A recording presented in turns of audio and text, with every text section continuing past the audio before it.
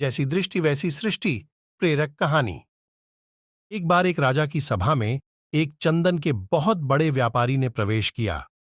राजा की दृष्टि उस पर पड़ी तो उसे देखते ही अचानक उनके मन में विचार आया कि कुछ ऐसा किया जाए ताकि इस व्यापारी की सारी संपत्ति राजकोष में जमा कर दी जाए। व्यापारी जब तक वहां रहा, राजा का मन रह रहकर उसकी संपत्ति को हड़प लेने का करता।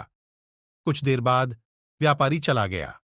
उसके जाने के बाद राजा को अपने राज्य के ही एक निवासी के लिए आए ऐसे विचारों के लिए बड़ा खेद होने लगा।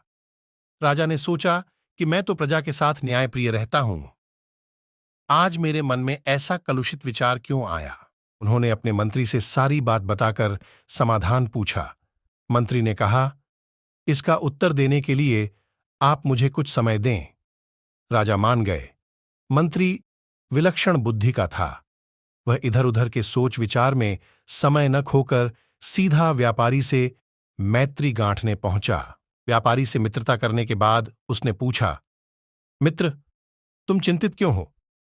भारी मुनाफे वाले चंदन का व्यापार करते हो, फिर चिंता कैसी?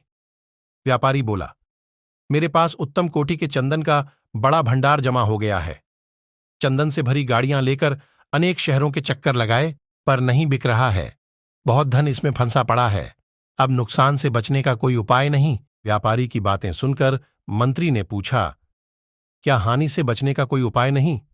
व्यापारी हंसकर कहने लगा, अगर राजा की मृत्यु हो जाए तो उनके दाह संस्कार के लिए सारा चंदन बिक सकता है। अब तो यही अंतिम मार्ग दिखता है।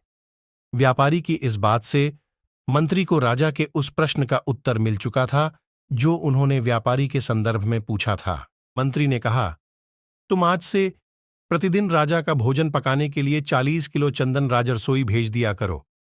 पैसे उसी समय मिल जाएंगे। व्यापारी यह सुनकर बड़ा खुश हुआ।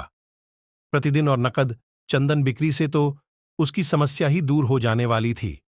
वह मन ही मन राजा के दीर्घायु होने की कामना करने लगा ताकि राजा की रसोई के लिए चंदन लंबे समय तक बेचता रहे। एक दिन राजा अपनी सभा में बैठे थे। वह व्यापारी दोबारा राजा के दर्शनों को वहां आया। उसे देखकर राजा के मन में विचार आया कि यह कितना आकर्षक व्यक्ति है, इसे कुछ पुरस्कार स्वरूप अवश्य दिया जाना चाहिए। राजा ने मंत्री से कहा, यह व्यापारी पहली बार आया था तो उस दिन मेरे मन में कुछ बुरे भाव आए थे और मैंने तुमसे प्रश्न किया था। आज इसे देखकर मेरे मन के भाव बदल गए। इसे दूसरी बार देखकर मेरे मन में इतना परिवर्तन कैसे हो गया? मंत्री ने उत्तर देते हुए कहा, महाराज, मैं आपके दोनों ही प्रश्नों का उत्तर आज दे रहा हूं। यह जब पहली बार आया था तब यह आपकी मृत्यु की कामना रखता था। अब यह आपके लंबे जीवन की कामना करता रहता है। इसलिए आपके मन में इसके प्रति दो तरह की भावनाओं ने जन्म लिया है। जैसी भावना अपनी होती है वैसा ही प्रतिबिंब दूसरे के मन पर पड़ने लगता है। यह एक मनोवैज्ञानिक सत्य है। हम किसी व्यक्ति का मूल्यांकन कर रहे होते हैं तो उसके मन में उपजते भावों का उस मूल्यांकन पर गहरा प्रभाव पड़ता है। इसीलिए जब भी किसी से मिलें तो एक सकारात्मक सोच के साथ ही मिलें, ताकि आपके शरीर से सकारात्मक ऊर्जा निकले और वह व्यक्ति उस सकारात्मक ऊर्जा से प्रभावित होकर आसानी से आपके पक्ष में विचार करने